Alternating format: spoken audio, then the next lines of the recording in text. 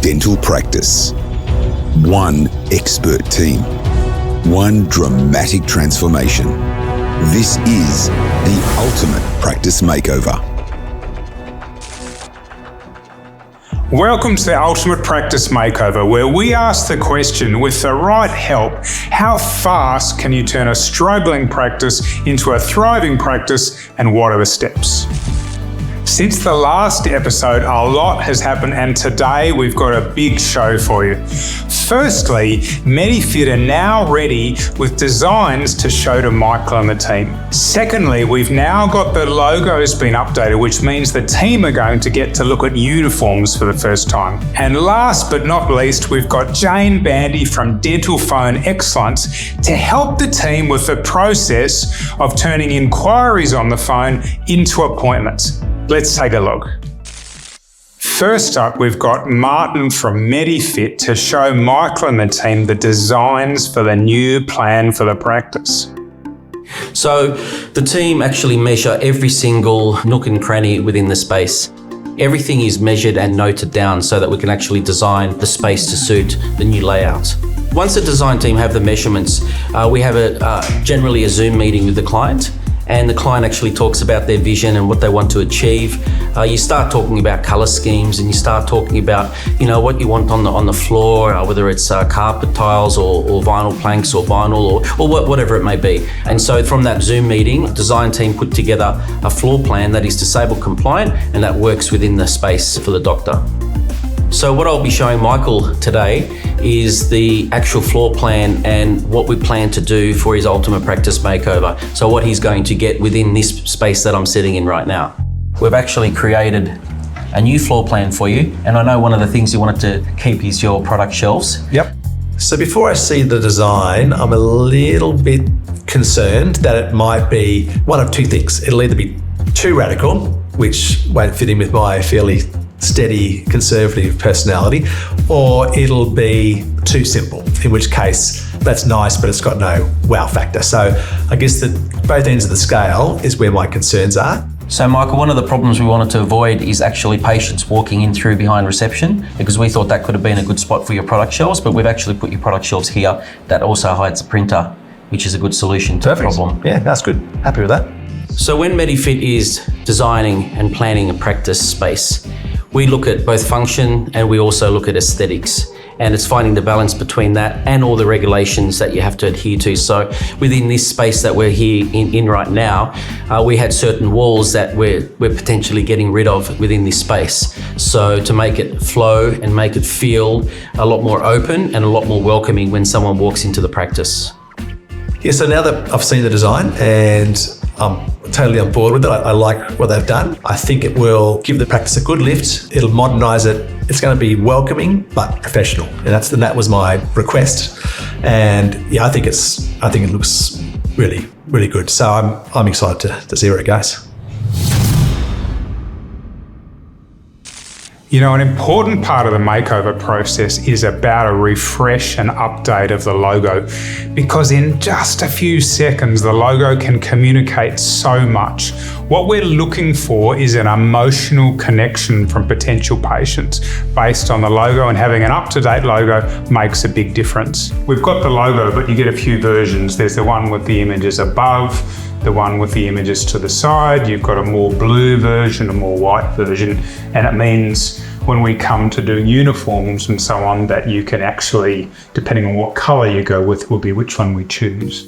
Initially, they gave us about 4 or 5 to choose from, and there was a couple of striking ones that I particularly liked, but on review, we thought they might be a bit masculine or strong, so we sent them back to the team and said, we like this, but can you soften it a little bit?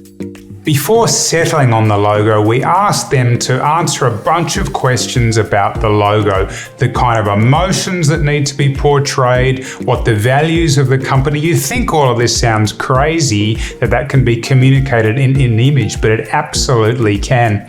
They then got a suite of logos to choose from, and they finally settled on the one that you're about to see. That bounced back and forward a few times until eventually, by process of elimination, we sort of zoomed in on the one we liked. And yeah, I'm pretty happy with how it turned out. So you can see you've got the logo on the top, or you've got it on the side.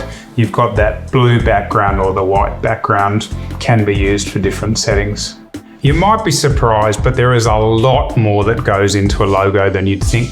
The fact is, in just a few seconds, the logo can generate a strong emotional reaction in your patients, which is actually exactly what we want. The logo process first starts with choosing colours. What the psychologists tell us is that every colour generates a different emotional reaction.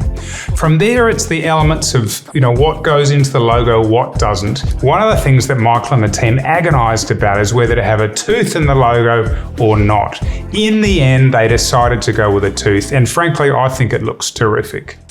Now that we've got the logo finalised, for the first time, the team are going to get to see their new uniforms. So the key here is building from the logo. You'll see there's different colours and the different versions of the logo, and I personally think the uniforms look terrific. So Abby, there's quite a few choices here. Which one do you like the look of? I think this one, if it was a different colour, that would be my favourite style, but maybe in like the blue, the neckline, but it was the colour of that one. Yeah. It was that one, but I didn't like the zip down one. No. Yeah.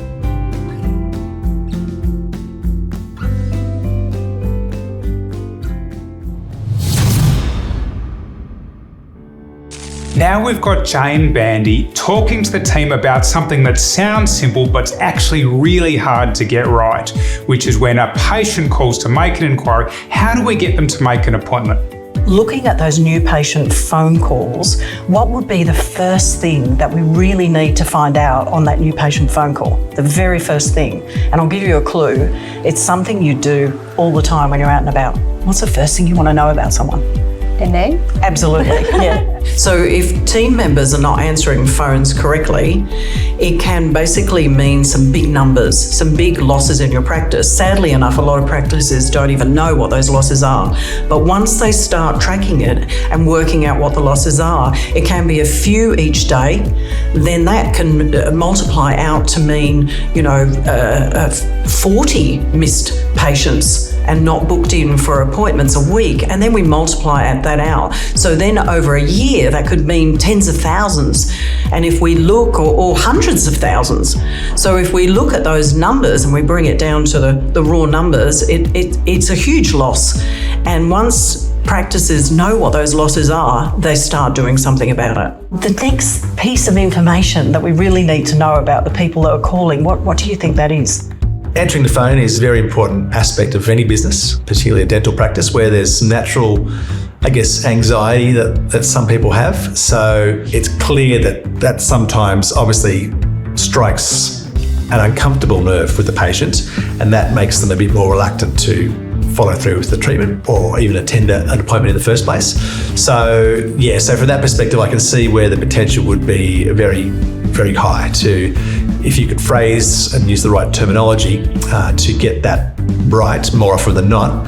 I think that would certainly help get more patients. One of the big mistakes that I see practices making when it comes to answering phones in a dental practice is they're not tracking. They really have no idea how many new patients have actually called their practice that didn't make appointments. It's what I call that negative number. We don't focus on that. We get all excited and jump up and down about how many new patients we booked in, and then we lose track of what that loss is. So the second mistake that I see dental practices making is how they handle their cancellations. That going right from preventing it in the first place, which is a team effort, but there's a lot we can do when we're answering phones as well and setting up appointments for patients. So we want to make sure they're more committed to their appointments and really firm that up with our patients. And also how we handle if those cancellation calls come through. What do we say? What do we ask our patients? How do we actually try and keep them in their appointment? It's a step that most people don't even tackle. They just jump straight to trying to reschedule or even asking their patients if they would like to make an appointment. So with proper training and proper education, team members can actually learn this, and it's really easy, step by step, and the results are amazing. Yeah, it's a little thing, and a lot of people take a long time to finally work out how that makes a difference until they start using it.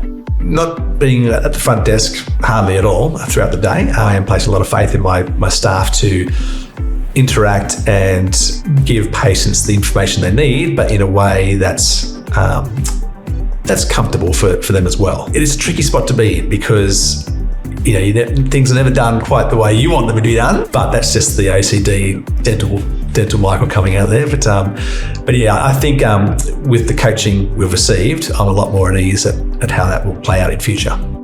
If a practice doesn't answer the phone right, the losses are huge. Over a week, over a month, and over a year, those numbers can really escalate and they can turn into tens of thousands of missed opportunities with patients. So it's really important to get that right. Join us on the next episode of the Ultimate Practice Makeover, where the team from Medifit are going to be working with Michael on starting to implement the design. Secondly, we'll now have the website ready. And finally, Dr. Jessie Green will be joining the team to upskill the dentists so that more patients go ahead based on their ethical treatment recommendations. Catch you next time.